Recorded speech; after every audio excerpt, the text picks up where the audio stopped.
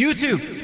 What is up, everyone? It's SHSL Blaze coming at you guys in another video. Today we're going to be finishing up Ronpa and Friends Rerun. This is chapter 1, Deadly Life. It is done. It is completed. I know I was supposed to wait. I should have waited. I know, but I saw the execution out and I was like, I need to see this execution. It's been almost a freaking year since we've gotten anything Ronpa and Friends Rerun related, so I had to check it out. With that being said, go and follow the Ronpa and Friends Instagram page. The link will be in the description. Please click on that link and follow them over there. And also hit that like button for me. It helps me out in the YouTube algorithm. I would truly appreciate that. So let's just get into the video. Okay, guys, this is the aftermath of the execution. Let's get into it. I'm not sure how I was supposed to feel after this. After all of this, I expected to be sick, panicked, or feel something, anything. I could hear ringing in my ears and barely anything else. It's almost like everything stopped. Unfortunately, one of the first things I heard was gagging. Oh, wait, what? Who was that? I blinked back into focus, everything seeming fuzzy. The retching died down, and my focus shifted to its source. Oh no, Gladstone, I'm so sorry. Gladstone took in a shuddering deep breath, his eyes flickering between the screens still showing Magica's body in the base of his podium. Oh my god. Oh golly. That's what you say, Doodles? Oh golly. I don't know if that's the right thing to say in this particular instance. Ah, that was so refreshing, wasn't it? It's been way too long since I got to conduct a full-blown execution, true? Holy sh**. You weren't bluffing, were you? Of course not. I stick to the rules like Eisner in France. If you kill and get caught, you're executed dutifully. What? What have you done? Oh, please, stop acting all shocked. This was way more tame than what I wanted to do. Gonna have to make some fixes on that. So this is what it was like for him. Oh! No, Max, you don't want to know. I'm so sorry, my poor boy, Max. Just know that he was thinking about you at the end of everything. You were on his mind. You're sick, Monobulb. What? No, I'm not sick. I'm a robot. I'm just doing what I'm ordered to do. Heavy silence took over after that. I don't think any of us knew what to say. At least I didn't. All I could do was listen. Oh, Felicity. I could hear faint crying coming from Kit, quiet mutters under Monterey's breath, and the sound of wood scraping underneath Max's nails. And I can't do anything about it. I can't bring Scrooge back to his family or stop Magica from falling to her motive. Is this feeling of emptiness? Is this what Monobulb wants us to get from all of this? No, not Monobulb. He just said it himself. He's just following orders. Someone out there wants us to feel this pain. But who? Who could possibly gain something from... What the heck, Julius is just yawning. Are we all done? I could use a nap. I'm awfully tired. Sure, doors are unlocked now. You're all free to leave. Good work, everyone. Great first trial. Much more intense than the last. Oh, good. Julius went to step away from his podium, but paused when he heard something. A laugh. A hurt one, but a laugh nonetheless. Oh my god, is it Gladstone? Oh, it's Huey. That's ridiculous. That you think you could just walk out of here after all of that? Sure I can. The doors are unlocked, aren't they? You know exactly what I mean. You've been working against us this whole time. You killed our uncle, and you think you could get away with all of this?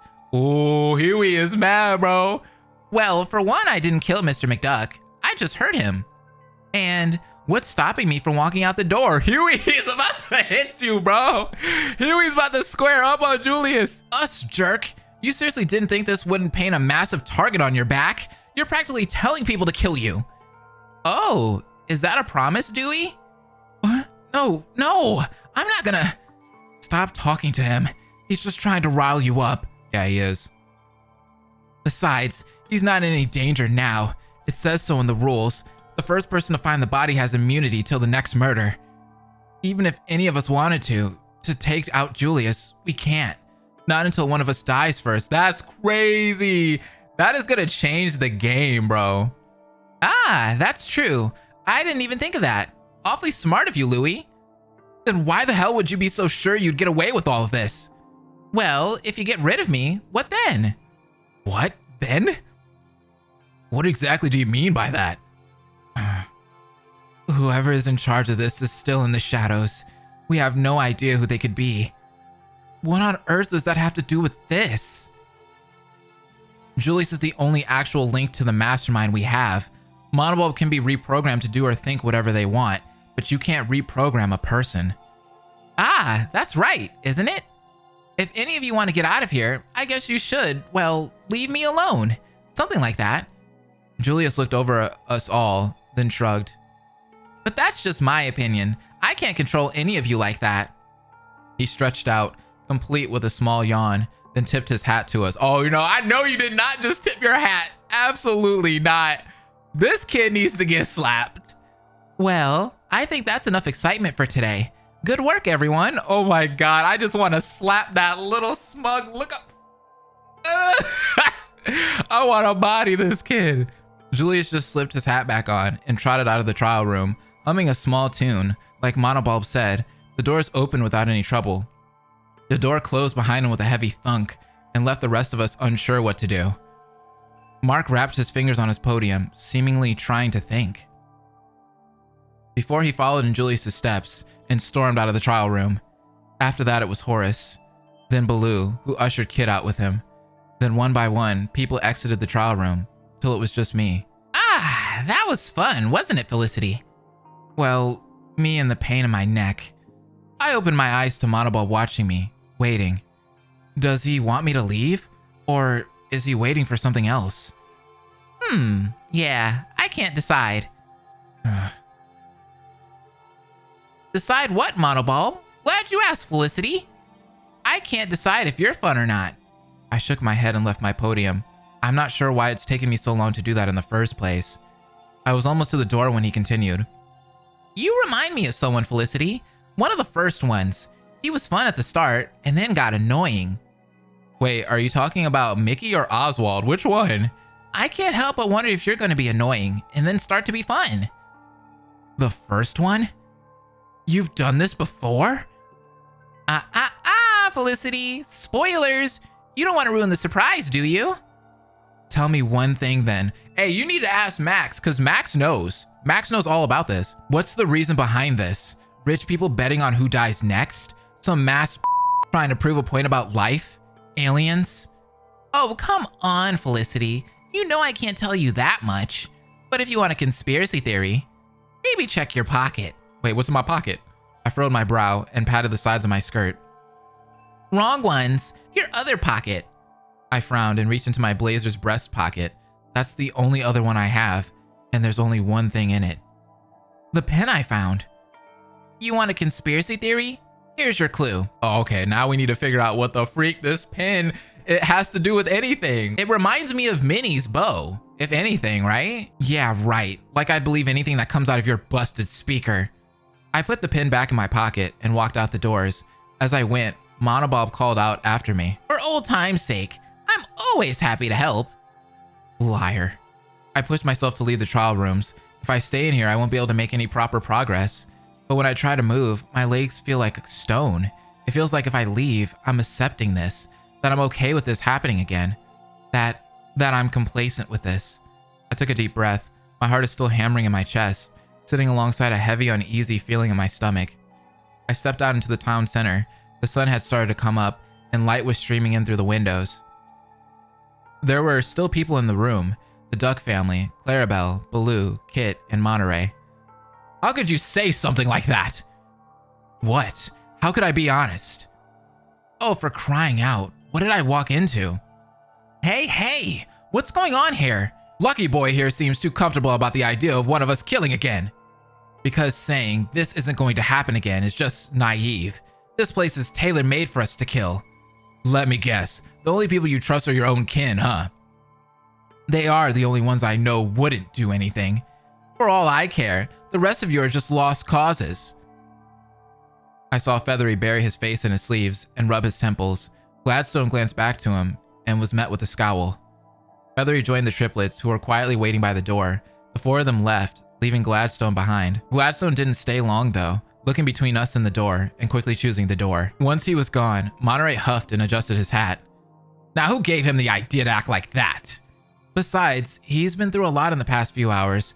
It doesn't surprise me that he'd act paranoid like that after all of this. Doesn't mean he has to be all rude about it. It's not terribly different from what Scrooge was talking about before his departing. We heard a sniffle, and Baloo looked down to his side. Aw, is it Kit? He's not right, is he? Aw, there's too many kids in this game, man. I don't want to do this again, Papa Bear. Oh no, Kit, no. Baloo knelt down to Kit and wiped the tears away from his fur. It's not gonna happen again, I promise you. Stay strong, lad. We're stronger than anything that little bot throws at us. Kit listened to him and glanced to me. I felt my stomach drop, looking at his tear-stained fur and wet eyes. Right. We won't step foot in that horrible room again, Kit. Clarabelle didn't say anything, but nodded approvingly. Yeah, see? Nothing's gonna happen now, little britches. All of us will keep you safe. I promise. Kit wiped his cheek, then hugged Baloo tightly. Baloo hugged him back and picked him up. Aw, that's so adorable. We're gonna go get some shut-eye. You guys should do the same. Right. Even if the sun is up, I'm getting too tired for this. Muttered agreements left us in the train, and before I knew it, I was back in my own room. This is a schnazzy room, though. I sat down on my bed. My eyes were unfocused. My ears started ringing from the silence. I rolled over. I'm so tired. After everything that's happened, I just want to... I can't sleep. I can't. Too much has happened. After all of this, how could I... My body feels so heavy, but I need to fix this somehow. I need to take one last trip to the town hall. Is that a good idea? I don't know. By the time I returned, the sun was almost completely up. I emptied my pockets and took out my notebook. Push pins, yarn, and a black marker. It's almost like Monobulb expected me to take this turn. I ripped the pages from my notebook out, lined the walls with my notes, and connected the dots. Until I ran right back into the wall I've hit all day. No more clues, no more secrets. For now. For the sake of Scrooge. For the sake of Magica.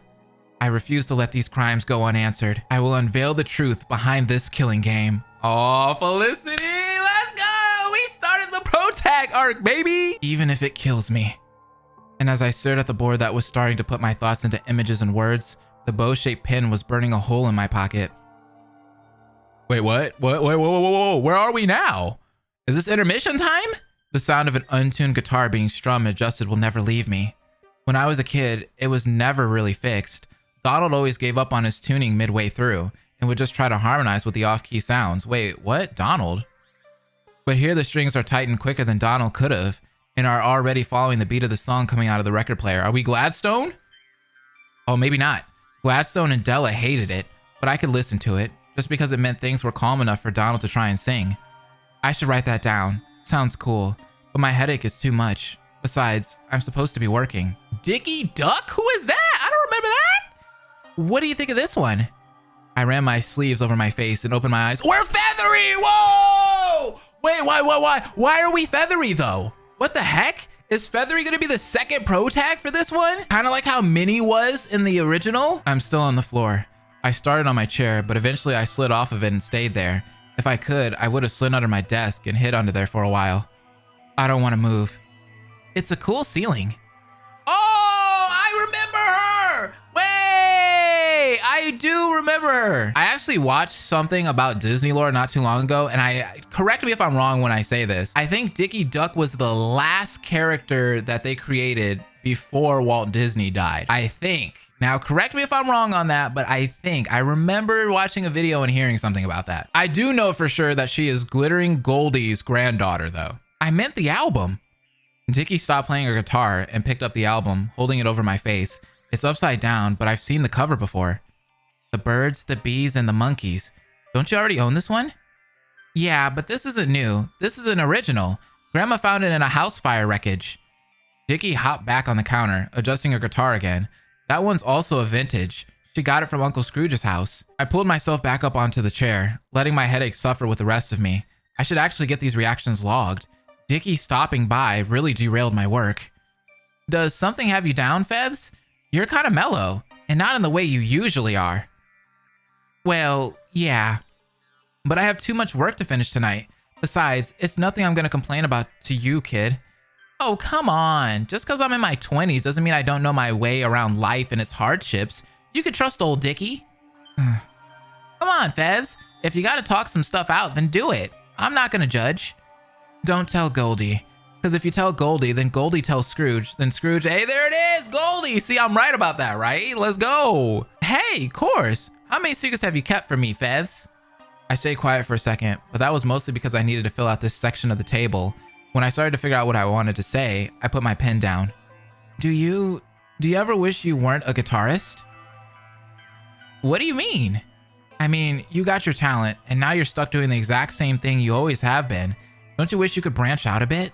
I mean, we don't just do what our talents say to. Yeah, I'm a guitarist, but I do lots of other stuff. Do you not like your talent? Well, what's wrong with it? It's just too much. Everything I do is watched way too closely. I'm always being judged. Uncle Scrooge is always on my case about wasting your time, and it's a lot to deal with. Besides, no one thinks of me when they hear my talent. They just see me as some kind of oddball. Aw. Come on, Fez. You're not odd. You're eccentric. All the great minds are eccentric. I mean, look at this place.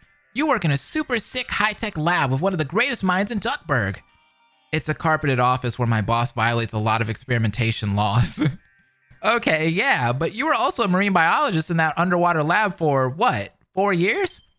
I was a janitor. It was only there because I got ditched. Oh my god, poor Feathery. Oh my god, did he get the short end of the stick here? Jesus. A janitor who managed full upkeep of all the station's machines and discovered a rare species of krill. I mean, come on, Fez. You've been doing your paperwork while I've been talking. I paused. The table was almost completely filled out. Every movement I had to monitor was logged. I didn't even realize it. Seriously, you're far from odd. Yeah. I don't really know what to say after that. I haven't felt like I've deserved this job since I got it, and it's been long enough you'd think I would have gotten over it. I don't get how Dickie can see me as someone who's worth this. I don't get how... Who is that? Could see me as someone who's worth this. A ping sound snapped me out of it, and I rubbed my eyes. Your phone went off. Can you check it? It might be my boss. Dickie reached behind her until she found it, and fiddled with it for a minute before opening it. Nope. News update. Why do you have a news app? I'm still friends with some of the journalists for the Duckburg Times. Who wrote it? Daniel Rathmaker. Oh yeah, I used to work with her. A transfer from Spoonerville News. She threw a coffee at me. Oh my god. She threw a coffee at me. She's great. Seriously? That's awful. No, I asked her to do it. I got a new sweater and I wanted to see how good it was at absorbing hot liquids. Oh my god. You gotta love Feathery for that. That being said, she was really excited to throw it at me. I bet. Dickie listened and leaned back on the counter before looking back at my phone and sitting up. It's midnight? Crap, I was supposed to cook dinner. Do you need me to drive you home? Is your car street legal now? Soon it will be. I'll take the ride when it is. I don't have time to get pulled over by the cops tonight, Fez. She jumped off the counter and started putting her guitar back in its case. Dickie gave me back my phone, gathered her things, said a quick goodbye, and rushed out the door, then rushed back in when she realized she forgot her album. Once she was actually gone, I picked my papers up and thumbed through them, just to make sure I didn't miss anything. For once, I didn't. 4 hours of monitoring was starting to look like gibberish to me, even though I wrote the stupid ugly code in it. I think Dickie stopping by was the only thing that kept me sane. Workday ends at 3 a.m. That's just 1, 2, 3 hours away. I rubbed my eyes, folded the papers, and got up. I'll put these away, get some coffee, and start on hour 5. I put the papers away in the filing cabinet and went to the small break room, clicking the coffee pot on. I opened my phone to pass the time while it brewed. The article's still open. Altercation between Duck Avenger and undisclosed arsonist leaves downtown Duckburg in flames. Live updates. Oh my god, it's Donald! Donald is here! That sounds inflammatory. It's being updated live. I refreshed the page and read over it. 4 office buildings, each belonging to business mogul Flintheart Glomgold, have been the victims of an arsonist attack by the hands of the still at large Duck Ave. I remember Flintheart. Wait, hold on. Are they trying to pin this on the Avenger? I frowned, reading through the article. The Avenger tried to stop the arsonist, but got hit in the throat and fled the scene. The arsonist was arrested. Oh my god. Weird. The guy who set 3 of Flintheart Glomgold's buildings on fire looks a lot like Flintheart Glomgold.